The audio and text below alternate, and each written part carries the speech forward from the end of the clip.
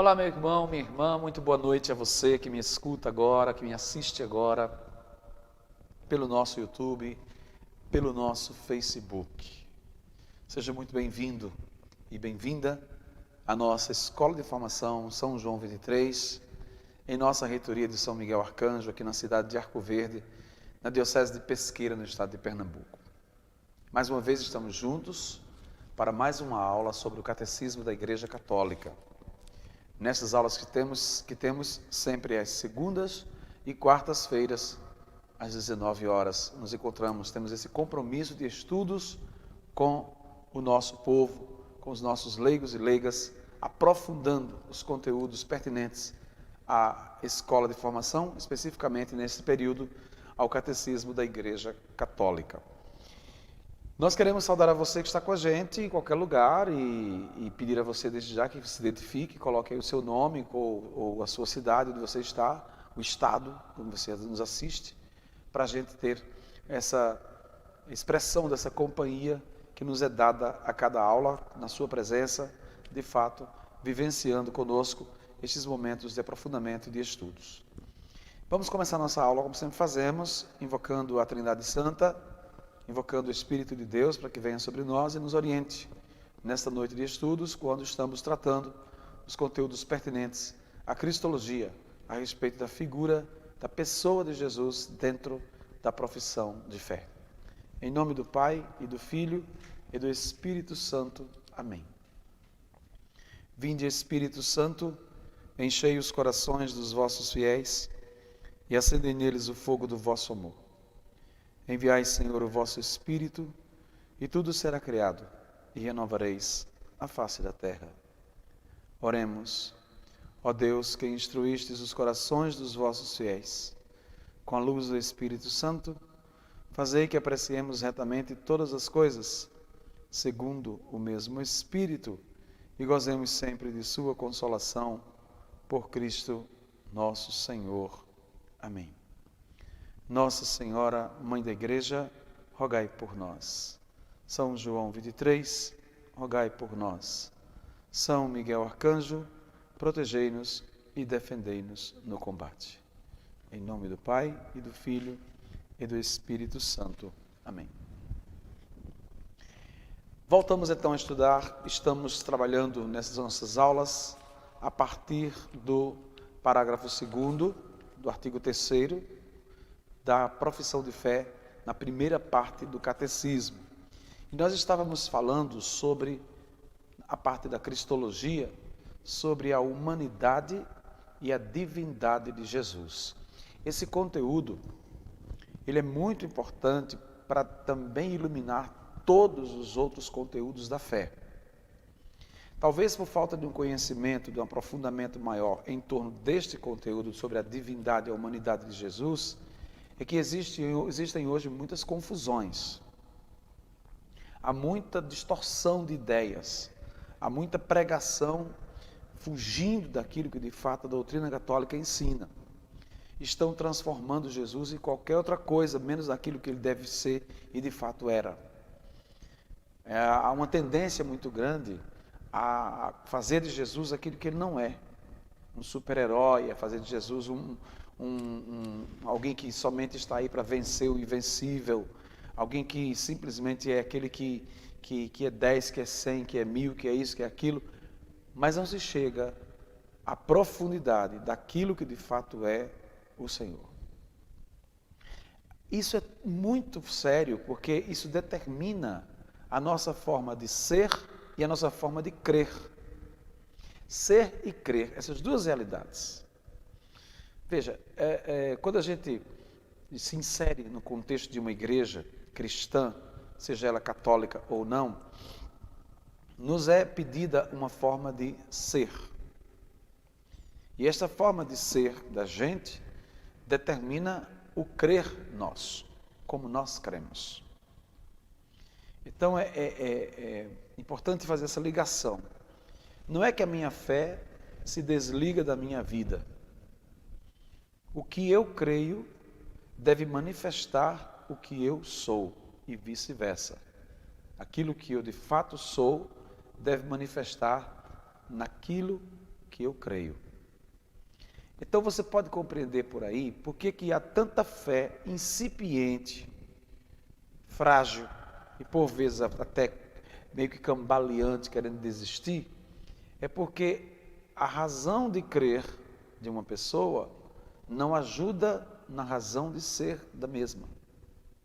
E o ser daquela pessoa, que depende do crer dela, se sente prejudicado e fragilizado porque o crer não é suficientemente esclarecido, por vezes compreendido, para ser exercitado no cotidiano da vida. É por isso que é muito importante esse conteúdo sobre a cristologia dentro do catecismo da igreja.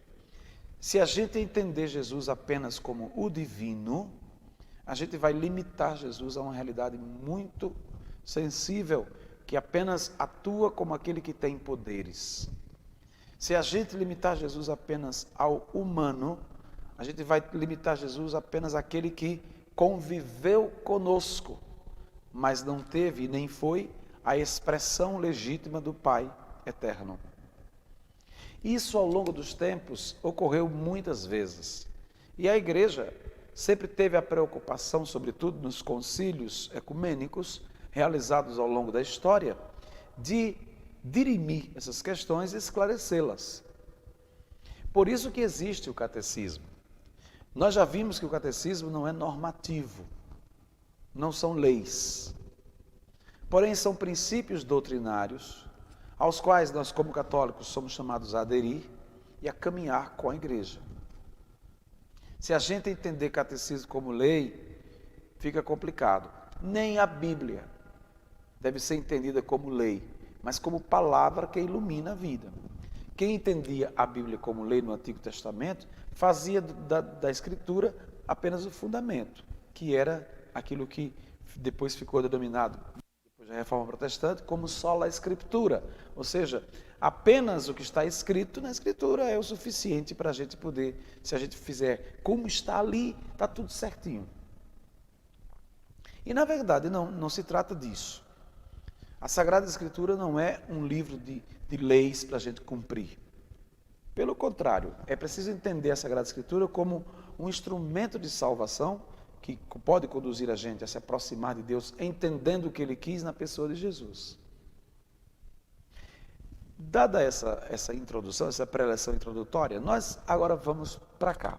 Nós estávamos estudando exatamente a dimensão da cristologia, falando sobre a divindade e a humanidade de Jesus. Então, eu estou no ponto 4, no número 470, que vai falar de que maneira o Filho de Deus é homem. Quando se trata em homem, aqui estamos falando da natureza humana de Jesus, porque ele é homem. De que maneira Jesus é homem. O catecismo vai tomar como base várias passagens importantes, né? Como a própria solenidade da Santíssima Mãe de Deus, Santa Maria Mãe de Deus, que é dia 1º de janeiro, os textos que o catecismo tira para poder se basear dentro disso, né? A liturgia das horas, São Leão Magno, né? O ofício das horas bizantino, e por aí vai. O que o catecismo diz a respeito disso? Em Jesus existe a plena realidade da alma humana com suas operações de inteligência e vontade e do corpo humano de Cristo. Inteligência e vontade. Aqui a gente para e compara o gênero humano aos demais seres. Quando a gente lê o livro do Gênesis, lá na criação, se diz que o ser humano foi criado à imagem e semelhança de Deus.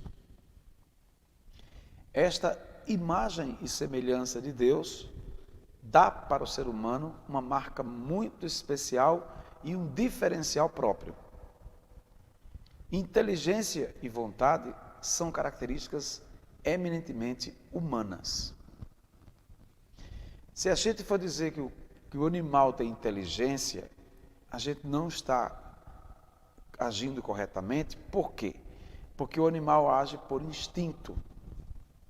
Se a gente for dizer que o animal tem vontade, a gente não age corretamente porque o animal tem instinto animal. Somente o ser humano tem a inteligência e a vontade, que, explicado de um modo mais concreto, seria a capacidade de discernir entre o bem e o mal e optar por aquilo que é positivo e, ao mesmo tempo, ter vontade e quereres ou desejos a partir de realidades positivas. Daí que o catecismo vai dizer assim: Jesus teve uma natureza da pessoa divina e também na pessoa humana. Tudo o que Cristo é e o que faz nela depende do da Trindade. Importante isto. Jesus é uma pessoa da Trindade. Aqui nós não vamos, em momento nenhum, deixar passar a ideia da pré-existência de Jesus. Ele, tendo se encarnado na plenitude dos tempos no ventre de Maria, existiu muito antes no seio da Trindade. Veio para o mundo, se encarnou no ventre da Virgem pelo Espírito, como um da Trindade. Seguiu sua vida, foi batizado, iniciou sua missão como um da Trindade. Seguiu em frente, enfrentou as realidades, foi obediente até a morte e morte de cruz, como um da Trindade. Ressuscitou dos mortos e subiu para o céu, como uma pessoa da Trindade. É bom lembrar isso, é bom frisar essa ideia. Jesus não é um personagem que Deus achou que devia mandar aqui para fazer uma aventura de 3 anos ou de 33 anos e depois ir embora. Por isso que se fala tanto na igreja de uma palavra que muita gente nem consegue entender o que é. Se fala tanto na igreja sobre projeto de Deus. Você já deve ter ouvido falar em várias situações, missas, em homilias de padres, reuniões de pastoral. Se fala muito no projeto de Deus. O projeto de Deus para a humanidade. Se fala muito isso. E é aí que entra essa dimensão de Jesus não ter vindo aqui apenas para dar uma volta e achar que tudo como estava, e subir para o céu e dizer ao seu pai: ó, encontrei desse jeito, desse jeito, desse jeito. Não foi para isso que Deus mandou Jesus aqui. Para dar um passeio aqui na terra, se divertir, ver o seu povo e ir embora. Não foi para isso. Aí a igreja vai falar exatamente isso. Sendo Jesus um da Trindade, o Filho de Deus comunica à sua humanidade seu modo pessoal de existir na Trindade. Em Jesus, feito gente, homem, traz consigo também os elementos pertinentes à Trindade Santa. Comunica, como diz o Catecismo, à sua humanidade seu modo pessoal de existir na Trindade. Em sua alma, como em seu corpo, Jesus exprime humanamente os modos divinos de agir da Trindade. Tudo que Jesus fez foi em comunhão com o Pai e o Espírito. Não dá para separar. Não dá para dizer que é diferente. Cada um é cada um. Não. E é ao mesmo tempo. Cada um com a sua missão, cada um com a sua função específica. Mas a Trindade como uma só. No sentido de um único Deus. Aí vamos pegar aqui o texto que nos é dado no nosso catecismo, que é o texto que vem da Gaudium et Spes, a Constituição do Concílio Vaticano II, não é? Que foi aprovada em 1965, no final do concílio, já praticamente, vai dizer assim: o Filho de Deus trabalhou com mãos humanas, pensou com a inteligência humana, agiu com vontade humana, amou com coração humano. Nascido da Virgem Maria, tornou-se verdadeiramente um de nós, semelhante a nós em tudo, exceto no pecado. É o que afirma o Concílio Vaticano II, que Jesus teve uma vida humana como a nossa. Humana como a nossa.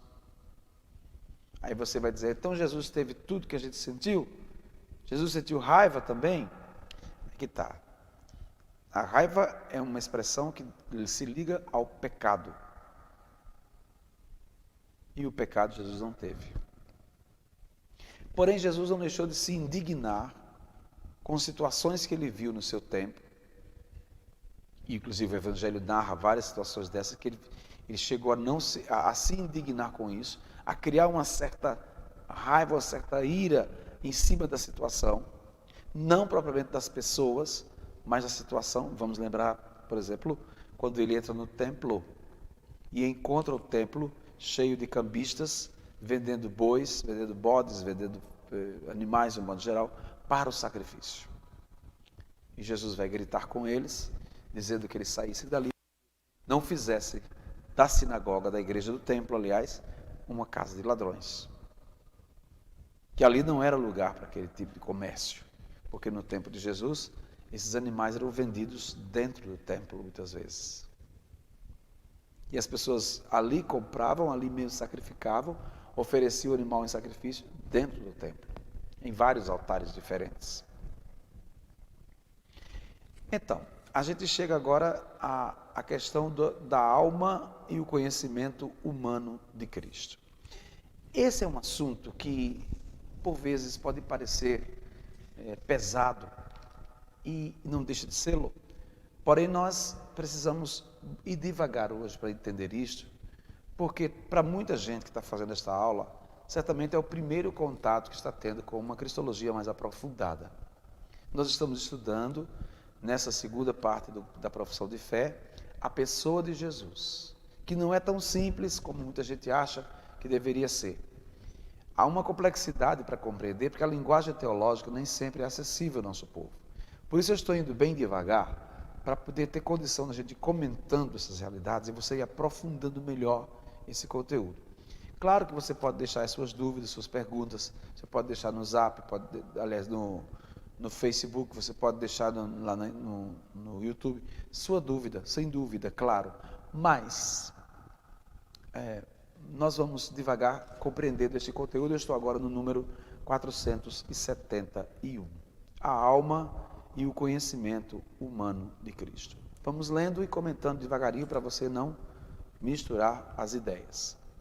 Apolinário de Laodiceia afirmava que em Cristo o Verbo havia substituído a alma e o Espírito. Em Cristo, o Verbo havia substituído a alma e o Espírito. É claro que isto é uma coisa errada. Nós não poderíamos nunca afirmar que Jesus, por ter sido Filho de Deus, substitui necessariamente, é como se ele viesse só como o divino e o humano não existisse. Diz o catecismo, contra este erro, a Igreja confessou que o Filho assumiu também uma alma racional e humana. Isso é São Damaso que vai dizer isto. Jesus tinha, o Evangelho de São Lucas e também de São Mateus, eles vão afirmar que Jesus crescia em estatura, tamanho, sabedoria, inteligência e graça diante de Deus. Era assim que Jesus crescia. Então, nele havia, diz a Igreja, uma alma racional humana. Ou seja, era gente como a gente é, com capacidade de refletir e tomar decisões. Você pode estar dizendo, mas Padre, isso é tão natural, isso é tão comum, o que você está dizendo. E é claro que Jesus seria uma pessoa, gente como nós, sim, mas ao longo dos tempos, isso deu muita confusão. Porque houve quem quisesse dizer que Jesus era só o Filho de Deus. Ali estava a divindade presente no mundo. E houve quem quisesse dizer apenas que Jesus era só o homem de Nazaré, aquele filho de Maria e José. Pronto. Fato é que não chegavam a compreender a profundidade da encarnação do Verbo. 472. Alma racional de Jesus. Esta alma humana que o Filho de Deus assumiu é dotada de verdadeiro conhecimento humano. Aí aqui se perguntava, muitos perguntavam em grupos de estudos bíblicos, etc., se Jesus tinha frequentado escola para aprender a ler e a escrever. Você vai dizer, não, Jesus, como era Deus, ele já veio pronto, sabendo. Não, não. O cotidiano humano, Jesus viveu da mesma forma. Foi para a escola? Foi para a escola rabínica, sem dúvida foi. Aí você diz, mas Jesus não era Deus, então ele já sabia tudo. Pois é, mas aí que está.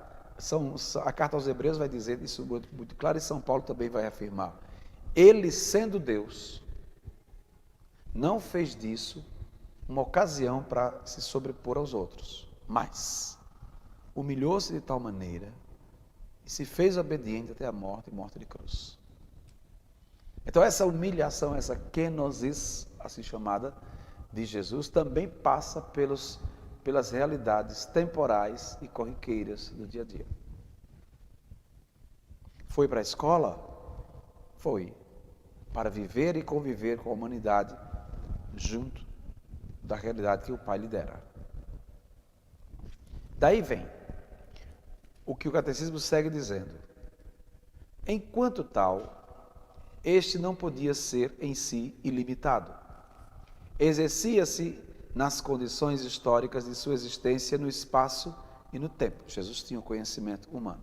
Por isso, o Filho de Deus, ao tornar-se homem, pôde aceitar ir crescendo em sabedoria, tamanho e graça. Aquilo que eles disse.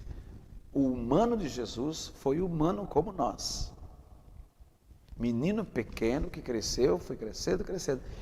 É muito curioso isso, porque eu me lembro que quando eu fui padre numa outra paróquia, numa área rural, me lembro bem, nós chegamos numa casa e vimos um quadro de Nossa Senhora, uma pintura de Maria, amamentando Jesus.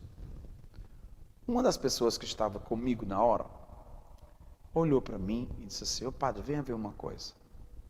Eu fui, eu contemplei aquele quadro de Maria amamentando Jesus. E a pessoa disse assim, mas que coisa mais feia, isso é um desrespeito com Nossa Senhora e com Jesus. Eu disse, não, não é. Não é. Mas como o senhor, sendo padre, vai dizer que isso aqui está certo? Minha filha, entenda uma coisa. Jesus, para nascer, se submeteu a uma realidade de estar numa gravidez de sua mãe. Tendo nascido, certamente foi cuidado com os carinhos e os cuidados de uma mãe de recém-nascido, para com o recém-nascido. E um desses carinhos, talvez um dos maiores da mãe para com o filho, é amamentá-lo. Coisa que muita gente hoje acha ainda que isso é coisa atrasada. Não é. Continua válida a ideia de que o leite materno é o alimento completo para um bebê. Nem água precisa. Nem precisa tomar água. No entanto, as mães ainda hoje acham que o leite materno é fraco, é não sei o quê. Não é de forma alguma. O leite materno alimenta uma criança naturalmente do que ela precisa de todos os ingredientes possíveis e necessários. Está tudo ali. Então Jesus passou por essa realidade de ser amamentado pela sua mãe. Tanto é que no Evangelho uma mulher elogia, benditos os seios que te amamentaram, o ventre que te gerou. E Jesus vai dizer, não, mas é muito mais importante quem ouve a palavra, quem é discípulo do reino. Mas é que fica claro que Jesus teve uma dimensão humana muito, muito comum como a nossa. Cresceu e foi. Uma vez eu vi um escrito sobre Nossa Senhora, o autor dizia que Nossa Senhora brincava com Jesus quando pequeno. Você pode imaginar então, entre comigo na cena, e vamos a Nazaré da Galileia, numa casa pequena, onde tem um garoto, um menino pequeno que está em casa, e sua mãe cuida dele. Perceba o mistério e a sutileza desse mistério. Ela está dentro de casa e dentro da casa dela tem o próprio Deus. Ora, se uma criança já encanta as pessoas hoje, uma criança comum, já encanta as pessoas hoje. O que não se passava no coração de Maria, dormir e acordar, vendo aquela criança que era Deus dentro de sua casa. Às vezes até ao seu lado, como pequenino, como filho, ao seu lado. Dormindo ali ao seu lado. Então esse lado humano de Jesus, essa realidade temporal que ele viveu no cotidiano do dia a dia, ou seja, no cotidiano das realidades, é muito presente isto. E aí o catecismo afirma, é exatamente por isso que Jesus exercia nas condições históricas de sua existência no tempo e no espaço. Por isso, ao tornar-se homem, ele pôde aceitar crescer em sabedoria, tamanho e graça e também se informar sobre aquilo que na condição humana se deve aprender de maneira experimental. Isto correspondia à realidade do seu rebaixamento voluntário à condição de escravo, que é apenas isso que eu falei agora. Não precisava nada disso. Se quisesse, podia ter ficado tranquilo no seu lugar. Era Deus, tinha todo o conhecimento, todo o poder. Mas preferiu descer. E vir para junto de nós e viver a nossa experiência humana. É por isso que é tão importante o cristianismo para nós. Porque é uma religião no mundo onde o nosso Deus foi um da gente. Isso tem uma profundidade muito grande. Adorar a um Deus que, sendo um de nós, sentiu e viveu o que a gente viveu. E sente.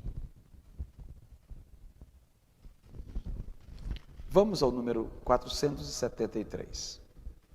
Falando sobre o conhecimento humano de Jesus. Este conhecimento verdadeiramente humano exprimia ao mesmo tempo a vida divina de sua pessoa. Obviamente, Jesus não poderia desligar uma situação de outra. São Gregório Magno vai falar sobre isso, né? O fato de Jesus ser humano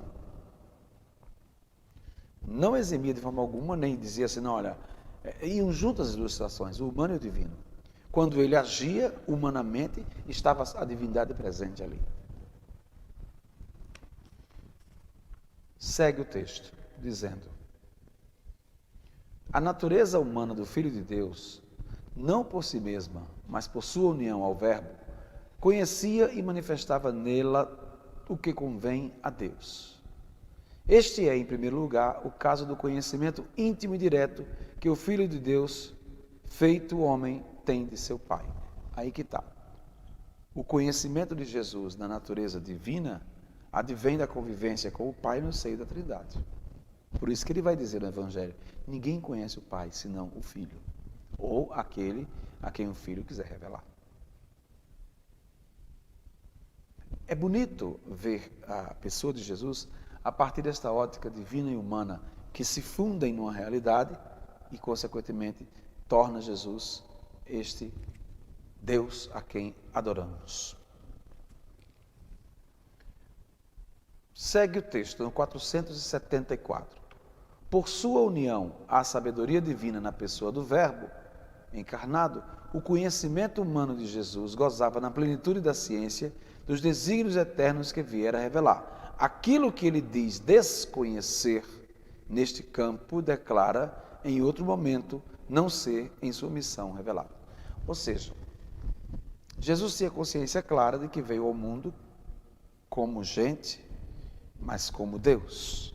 E a partir daí, o seu conhecimento advém, diz o catecismo, porque tinha convivência com o seu Pai no seio da Trindade. É dali que vem o conhecimento. Por isso que na Sagrada Escritura, sabedoria é escrita com letra maiúscula, a letra inicial maiúscula. Por quê? Porque diz respeito ao conhecimento de Jesus no seio da Trindade. Ele é a sabedoria do Pai. Chegamos então à vontade humana de Jesus. Aqui tem umas coisas curiosas que nós precisamos comentar. Eu me lembro claramente que quando eu dava aula no colégio, teve uma menina que perguntou a mim uma vez, numa sala de aula, se Jesus teve uma namorada. A pergunta pode parecer estranha, pode parecer até para muita gente desrespeitosa, mas espere um momento. Eu estava numa turma de adolescentes, uma turma curiosa, que queria ter a ideia se Jesus teve alguma namorada. E eu perguntei a ela, essa menina, por que é que as pessoas namoram? A partir do conhecimento do porquê as pessoas namoram, dá para entender que Jesus não teve namorada. Porque as pessoas namoram a partir de uma carência,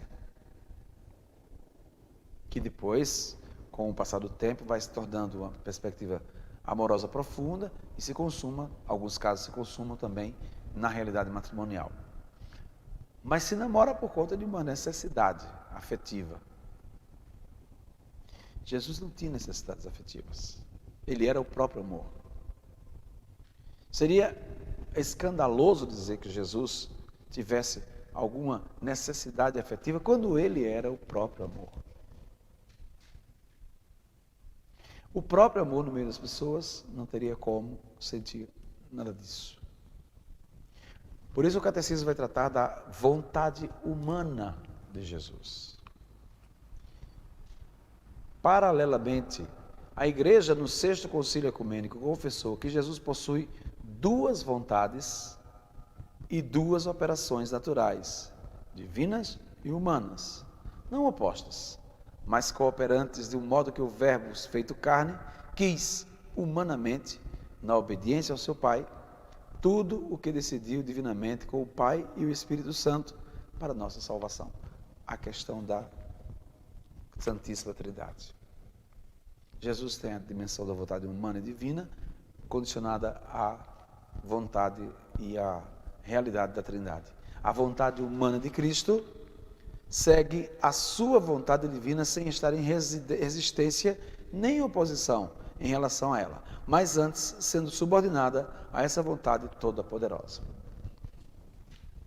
Seria um erro grave separar as duas realidades de Jesus. Caminham juntas. Caminham juntas. Aquilo que João Paulo II vai dizer: rosto divino do homem, rosto humano de Deus. E aí vem um problema que também vai mexer com a questão da Eucaristia. Veja bem, antes de ler este ponto 476, permita-me fazer uma observação. Nos últimos anos, se acentuou muito o culto eucarístico. Nos últimos anos, sobretudo no mundo jovem, no meio juvenil, se acentuou muito o culto eucarístico, ou seja, adorar a Jesus. Na hóstia consagrada. Ninguém fala em seu corpo e sangue. Se fala em adorar Jesus na hóstia consagrada, no pão consagrado. Isso se acentuou de tal maneira que algumas realidades podem parecer às vezes estranhas quando se trata de uma adoração ao corpo de Jesus, ou ao próprio Senhor. Alguns têm na hóstia um valor totêmico que termina condicionando a realidade a curas, a milagres, a não sei o quê. Como se fosse um amuleto, onde a gente pega e toca aqui, melhora, toca ali, melhora. Não. Eu já vi realidades dessa natureza, de a gente ter que dar um break na igreja, porque havia ministros da Eucaristia, por exemplo, colocando a teca, que é aquela peça que leva a hóstia, com a hóstia consagrada em cima de ferimentos de pessoas, como se fosse algo mágico, algo totêmico que tocou, melhorou. Qual é o verdadeiro corpo de Cristo? O catecismo vai dizer assim: visto que o Verbo se fez carne, assumindo a verdadeira humanidade, o corpo de Cristo era delimitado. Por causa disso, o rosto humano de Jesus pode ser desenhado. No sétimo concílio ecumênico, a Igreja reconheceu como legítimo que ele seja representado em imagens sagradas. Até aí, até o século VII, a gente não tinha a possibilidade de representar Jesus por imagens sagradas. Que, aliás, é uma questão muito séria. A gente está acostumado a ver Jesus de olho azul, e judeu não tem olho azul, de olho azul, de cabelo longo, de barbas longas, cabelo longo, pronto, só isso. Se a gente for olhar a etnia dos judeus e o biotipo dos judeus, a gente vai encontrar uma figura de Jesus um pouco diferente do que muita gente tem nas paredes, em desenhos, em artes gráficas. Muito diferente.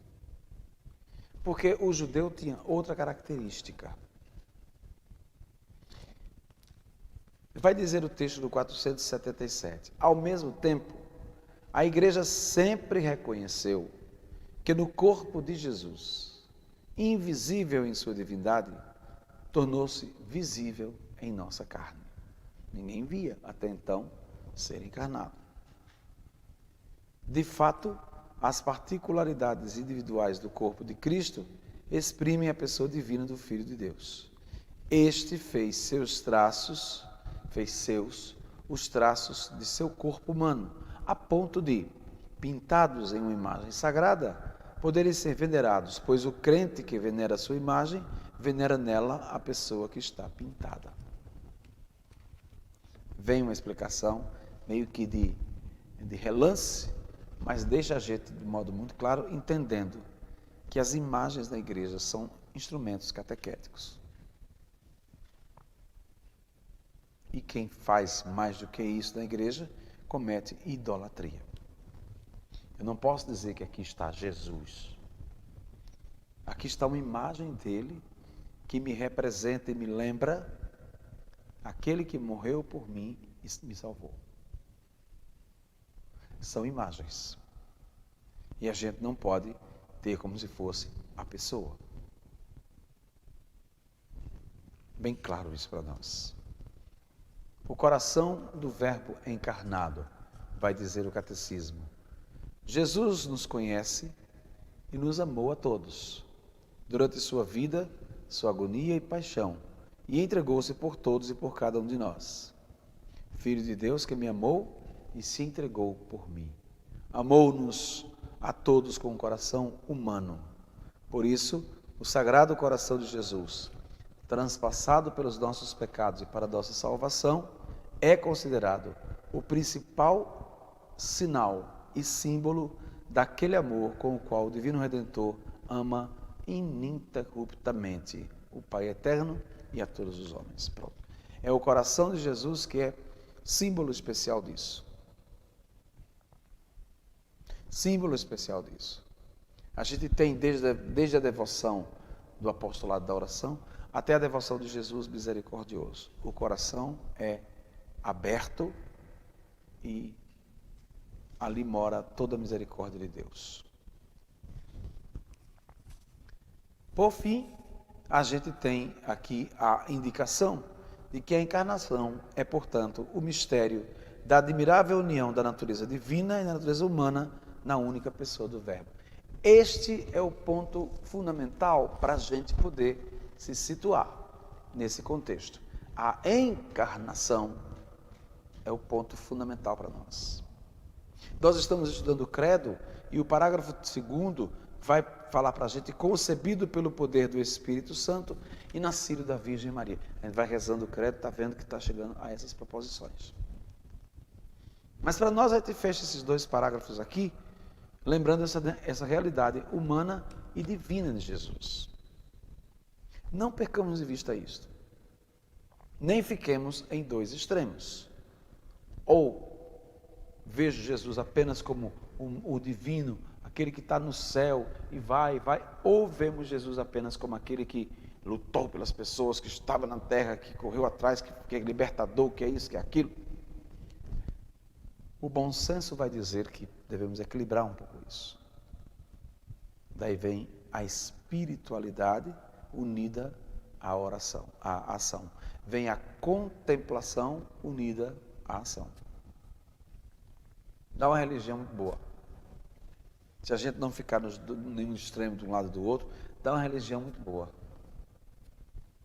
E aqui a gente fecha esse assunto de hoje sobre essa questão da natureza de Jesus, a natureza humana e divina. Não deixemos de pensar o seguinte: quando você comunga na igreja, a hóstia consagrada, quem você recebe? O lado humano, o lado divino de Jesus, como é? Veja, é uma situação que precisa ficar muito clara. Quando você encontra um pobre no meio da rua, que ele pede uma esmola, sofrido, quem você vê? A quem você contempla nessa cena? Porque há muita gente capaz de adorar Jesus horas e horas no Santíssimo Sacramento, mas não é capaz de ver Jesus numa pessoa pobre. Não consegue ver Jesus numa pessoa necessitada. Qualquer coisa nesta cabeça está desgovernada do ponto de vista de religião. Qualquer coisa dessa cabeça precisa ser esclarecida. Essa é uma realidade muito profunda. Ainda hoje, eu disse, nós temos vários grupos hoje que fazem isso. Horas e horas diante do Santíssimo. Nenhuma hora de caridade. É uma religião pela metade. Não vale muito. Porque as horas e horas diante do Santíssimo equivalem àquele tempo que Pedro, Tiago e João ficaram no Monte Tabor. Desceram para junto dos céus. As horas e horas diante do Santíssimo são para se fortalecer, mas sem esquecer de voltar depois para a realidade e viver como Jesus viveu. Essa é a questão que está ligada à aula de hoje. Eu quero terminar a aula de hoje dando um recado para você aqui. Olha, vou deixar um recado para a gente poder ir preparando o nosso coração e o nosso espírito para o próximo sábado. O que vai ter sábado? Sábado à noite, nós estaremos na cidade de Alagoinha, onde lá vai acontecer uma live especial. E é uma live que vai tratar da questão das vocações sacerdotais e religiosas. É uma live para animar na diocese a OVS, Obra das Vocações Sacerdotais. 8h30 da noite a gente começa a live com a participação do bispo, de vários padres da diocese, seminaristas, religiosas, gente que apoia a causa das vocações. Porque se a gente vai pensar o seguinte: quem serão os padres do futuro da igreja? Quem os mantém? Como os mantém? Como é que nasce um padre? Como é que se faz para chegar a uma ordenação? Esta semana eu tive a graça de poder acompanhar pela internet a ordenação de um ex-aluno meu, que chegou ao padre Jean, que hoje neo-sacerdote, foi ordenado anteontem. E o padre Jean foi meu aluno, inclusive, aqui em Pesqueira. Eu fico muito contente, aliás, não só ele, como vários outros que ordenaram agora há pouco, a Jaclécio e outros que foram alunos nossos aqui na Diocese de Pesqueira. E aí a gente fica perguntando como é que faz para fazer um padre, como é que surge um padre, de onde ele vem, quem o mantém, como? Essa live de sábado próximo é uma live muito importante, porque ela vai ser transmitida por todos os Facebooks das paróquias da Diocese de Pesqueira, para a gente ter um alcance diocesano, alcançar todo mundo na live, nos Facebooks da Diocese. Também a transmissão feita pela nossa rádio católica, Agnus Dei FM, vai ter transmitido naquele dia a mesma live. Os canais da paróquia de Alagoinha, tanto o Facebook quanto o YouTube, são os canais geradores de imagem que vão levar a live para frente. Mas, a gente quer contar com você, com a sua presença, com a sua audiência, né? Sábado à noite não marque nada. Sábado à noite a gente vai estar junto, às 8h30 da noite, lá em Alagoinha, direto de Alagoinha, para fazer essa live bonita na Matriz da Conceição, naquela igreja linda. Você que é de Alagoinha, que quer ir para a live, fale com a paróquia, fale com a secretaria. Vai ter espaços para assistir ao vivo lá a live. Então, se não me falha a memória, são 100 lugares que vamos disponibilizar para a live, para quem vai assistir dentro da igreja. Então, se você é de Alagoinha, vá e fale da paróquia para você guardar a sua vaga lá. É gratuito, você vai assistir a live, enquanto a gente vai fazer a live também para o povo que está em casa no restante das outras 12 cidades da Diocese de Pesqueira e outras tantas que vão chegar pela rádio Agnus Dei e pela internet, tá certo? Compromisso marcado, então, para o nosso povo, sábado que vem, dia 31, às 8h30 da noite, no canal do YouTube da Paróquia Nossa Senhora da Conceição de Lagoinha ou no canal do Facebook da Paróquia Nossa Senhora da Conceição de Lagoinha ou no canal do Facebook de sua paróquia, sendo você da Diocese de Pesqueira. Todas as paróquias vão transmitir e a gente vai entrar nessa rede de comunicação para fazer uma live bonita em prol da obra das vocações sacerdotais. Quero só lembrar a todos que nesta reitoria, na próxima segunda-feira, dia de finados, nós teremos a missa apenas às 17 horas, a missa campal. Para quem desejar participar, venha. Pode participar, pode sim. Mesmo povo de idade, venha também. Vamos colocar as cadeiras fora, bem separadas. Todo mundo pode participar desta missa das 5 horas da tarde. Muito obrigado a você que esteve comigo. Obrigado a você que esteve nessa noite com a gente estudando. Nós tivemos um conteúdo menor agora, porque nós precisamos ir devagar com esse conteúdo de Cristologia. Ele é exigente e pede que a gente vá refletindo, amadurecendo essas questões todas. Mas obrigado a você que esteve conosco. Nós estaremos de volta quando? Hoje é quarta-feira, na sexta-feira tem missa aqui, às 7 horas da noite, a gente vai ter a missa e depois seguimos com a nossa programação de encontros, de formação, de celebrações, etc. Lembrando a você que no nosso canal do YouTube, todos os dias você tem o programa Verbum, que é aquele programa, a reflexão da Palavra de Deus, todo dia, o Evangelho do dia, em 2, 3 minutos você para e reflete o Evangelho do dia no programa Verbum. Acompanhe conosco no nosso canal, se inscreva no canal do YouTube, faça a sua inscrição lá, ative o sininho para que você receba sempre a notificação quando chegar alguma transmissão nova no canal, e assim vamos continuar sempre juntos, tá bom? Peço a bênção de Deus e quero lhe dar a bênção nesta noite por meio de São Simão e São Judas, que hoje celebramos os seus dias, o seu dia especial, o São Judas, sobretudo, o São Judas que é padroeiro das causas impossíveis. Nós queremos pedir a bênção de Deus para você, trazendo do céu toda graça e proteção. Por intercessão de São Miguel Arcanjo, nosso padroeiro, e de São Tadeu e São Judas, desça sobre São Simão e São Judas, desça sobre vós a bênção do Deus Todo-Poderoso, o Pai e o Filho e o Espírito Santo. Amém. Boa noite a todos e até a próxima sexta-feira em nossa celebração da missa às 19 horas. Fique com Deus.